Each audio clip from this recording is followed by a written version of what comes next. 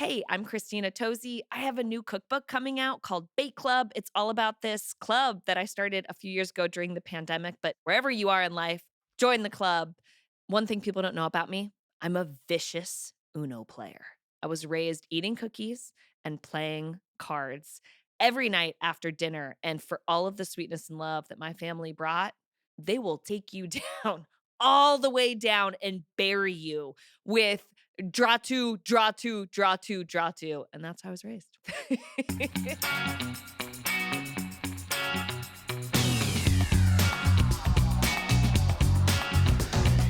I'm Jesse Sparks, and this is The One Recipe, a podcast that talks to chefs and great cooks about a crucial question. What is their one? The timeless classic they make over and over again. And for anyone driven by their sweet tooth, you can find this week's guest's step-by-step recipe on Instagram and TikTok. So crank up your ovens and break up the butter, because this week we're going on a full sugar rush with Christina Tosi. Now, if you're listening to this podcast, you absolutely already know her name. But for the uninitiated, or anyone whose birth year begins with a 2, Christina is a Midwesterner turned New Yorker whose mastery of nostalgic dessert flavors, like cereal milk, launched an empire. I'm talking Helen of Troy. She's the CEO of Milk Bar, the host of Netflix's Bake Squad, and the author of the new cookbook, Bake Club, inspired by a real-life bake club she launched during the pandemic. But I'll keep it short and sweet. Here she is. Welcome, welcome, welcome, Christina. It's so great to have you on the podcast. Oh my gosh, Jesse, first-time caller, long-time listener. I bow to you, my friend. God.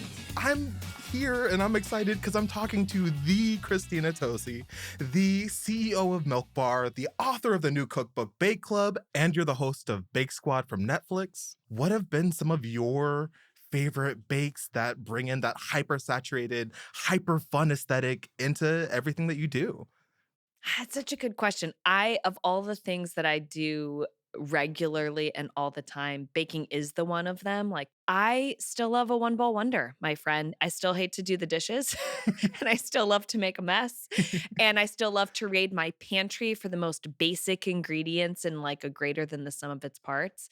I have been baking a lot for my nieces, like cross country races and softball games. So I've been doing a lot of like bar cookies for one because she plays softball and their team's name is Thunder. So they're Thunder bars, which is kind of like a Milk Bar cornflake chocolate chip marshmallow cookie, but in bar form and with gray M&Ms on top. And these girls, they're so good. They don't even care whether they win or lose. They're just like, is the game over? Can I get my Thunder bar on?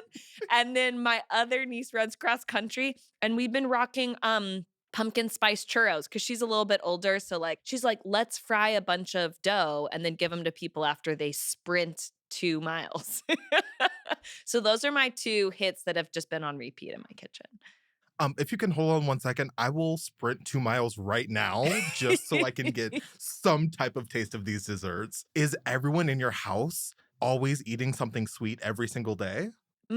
No, that's kind of the funny part about it. It's more about loving bringing something to life really simply, creating something, the feeling of that.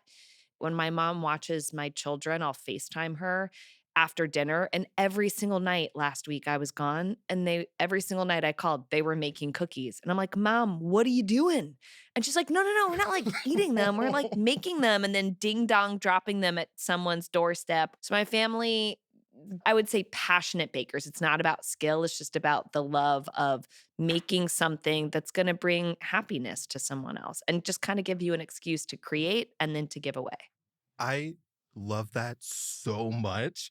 Also, that is so aggressively Midwestern to our core. I Yes. know right Yes. now, so many people know you as like the New York coastal baddie, but before that, you were actually from the Midwest. Can you tell me a little bit about what it was like growing with your family of sweet teeth havers in the Midwest?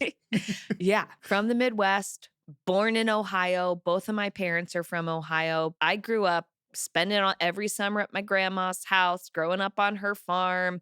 My cousins every summer would enter like livestock competitions at the fair, and I would be in like the baking tent or the quilting tent or the needlepoint tent. Family get togethers include potluck, sitting in a garage with a bunch of folding tables and chairs and playing wiffle ball, all the generations, 3 generations, 4 generations deep. It's just people that love really good food and being together. And you just know when there's a Midwesterner in the room because there's like a warmth and an energy from them. And it's the energy I get when I spend time with you, my friend. The silver tongue, They're a just little more smiley than everyone else. we are so ready to chase down a stranger and force a smile-filled interaction. Yes, But that's it. I gotta know, since you are so family and community driven, is your one recipe something that your family grew up making all the time too? Yeah, it is a family recipe. I make it with my nieces. I make it with my kids, or my mom makes it with my kids. It's also the recipe that you could scream at any family gathering. You could shout the name of it, and everyone would stop and like recite its 4 ingredients, also, which I love. And it's the recipe that kickstarted Bake Club. Like for me, it's always the start here recipe that keeps me feeling really inspired and motivated because when I share it with other people, watching what they do with it, for me, is the constant reminder of we're really just scratching the surface of what's in our brain and how we can be inspired by those around us. Okay, so you've built us up, you've strung us along. What's the name of the recipe? So, my one recipe is a 4 ingredient cutout cookie recipe called brown sugar wafers. Gorgeous, simple. Gorgeous, simple. And you ready for this? I'm ready. I'm ready. 2 sticks of butter, half a cup of light brown sugar, 2 1/4 cups of all purpose flour, half a teaspoon of salt.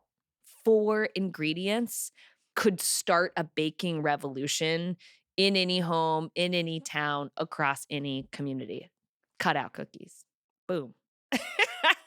Christina, I am sitting here speechless because that is perfect. So, okay, a lot of people at home are already probably thinking 4 ingredients, a cookie, we've seen it Mm-mm, before, we've done it before, but mm-mm. they're really kind of underestimating just how much you can do and how far you can really stretch that recipe. So, first, let's get into that brown sugar. What is brown sugar doing to change this recipe from maybe a sugar cookie that people might be familiar with? Okay, so real talk, right? A Yeah. great cutout cookie is thin, snappy, and has flavor to it. I think a lot of people think sugar cookie is like it's just the base of a bunch of frosting, and coming from a real frosting head, I could take anyone on a frosting eating competition. A great cutout cookie in and of itself should be able to stand and shine. And the problem with most cutout cookies are one, it's usually just granulated sugar. Granulated sugar, great for a bunch of things, but it's not giving a lot of flavor. So light brown sugar is giving us depth and rounding. It's almost starting that caramelized brown butter note that happens when the rest of the cookie bakes. So it's giving us context. There's no egg, so it's not puffy, right? Again, thin, snappy, caramelized. And there's no vanilla extract. One, we don't need vanilla because the light brown sugar is giving us all of those round caramelized notes in a really gentle, greater than the sum of its parts. Like, what the heck is making this cookie so delicious? Adding egg or adding vanilla extract is going to bring us in a direction that is not thin and snappy. So it's those basic 4 ingredients. So light brown sugar is key to this recipe being incredible. And I love already the fact that you are reminding people that it's okay to put down the emotional support vanilla. Like it is great.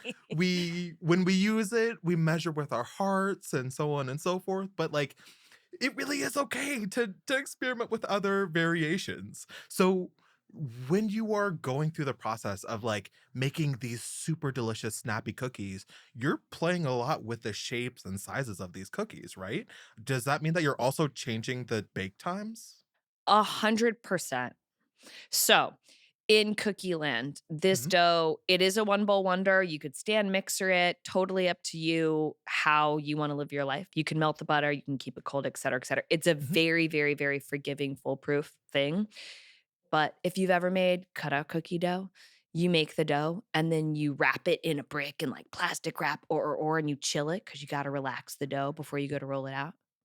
Only the reason we don't like making cutout cookie dough is because trying to get that hard brick of dough to be one, rolled out without, ripping and tearing, two, thin enough that it's not just kind of like a thick bite of cookie that's not really sort of baked well or caramelized or baked evenly.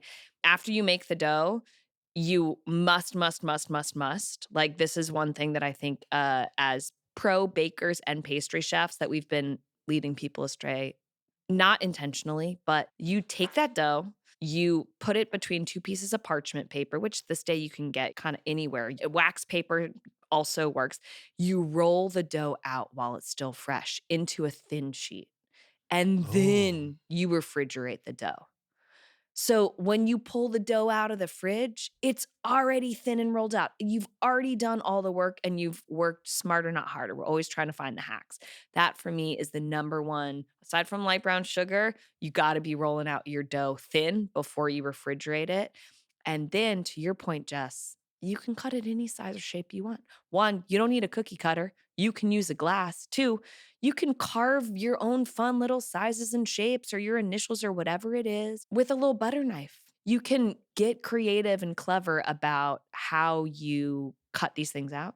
And then what I'd say is, you're right, depending on the sizes, put them on baking sheets where similar sized cutout objects are matched together with other sizes and shapes. And then you bake it until you're a nice hearty golden brown on the edge. Color equals flavor in anything baked goods, especially sugar cookies. But if you've got a giant J for Jesse and a tiny little, I don't know, star for someone, those two things have to go on a different baking sheet because they're going to have different baking times. Same baking temperature, but different baking times. that's perfect. And that's it. Cool it down. You can decorate the cookie before you bake if you're going to go unfrosted. Or because this cookie is evergreen, you can create your own glazes or frostings based on the season or, I don't know, the celebration. Like, is it New Year's Eve? Make a little glaze with champagne, right? Like, is it pumpkin Ooh. spice season? Make a little pumpkin spice. Is it Valentine's Day, make a chocolate glaze and stud it with, et cetera, et cetera. You can take it any and everywhere you want it based on size, shape, and then what you do or don't choose to like Jimmy sprinkle or glaze it with. It's so, so simple. And it's so adaptable too. It's so simple. Like, you could open an entire baking universe, a whole bakery business that ran the gamut with this cutout cookie recipe. 4 ingredients, babe. That's all it Yes. takes. And your imagination. That's it. That's so beautiful. And again, all of that from 4 simple ingredients, just butter, brown sugar, flour, and salt. And that is the magic of Christina Tosi. Christina, thank you so much for coming onto the podcast. Thank you so much for sharing this recipe. I cannot wait to make it again because I absolutely already made it with my sister last night. But Legend. Christina, thank you so much for coming onto the show, and I can't wait to have you back again soon. I'm taking you to a Uno tournament Oh. in the Midwest. I'll see you there. I'm throwing down. Get ready. Bye, Jess. Bye, Christina.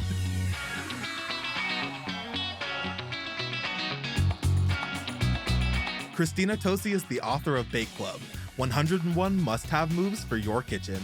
Check out Christina's recipe for brown sugar wafers on Instagram and TikTok to see step-by-step videos of today's recipe. Brought to you by our partners at Foodist Films. I'm Jesse Sparks. This is APM Studios. Go make some magic.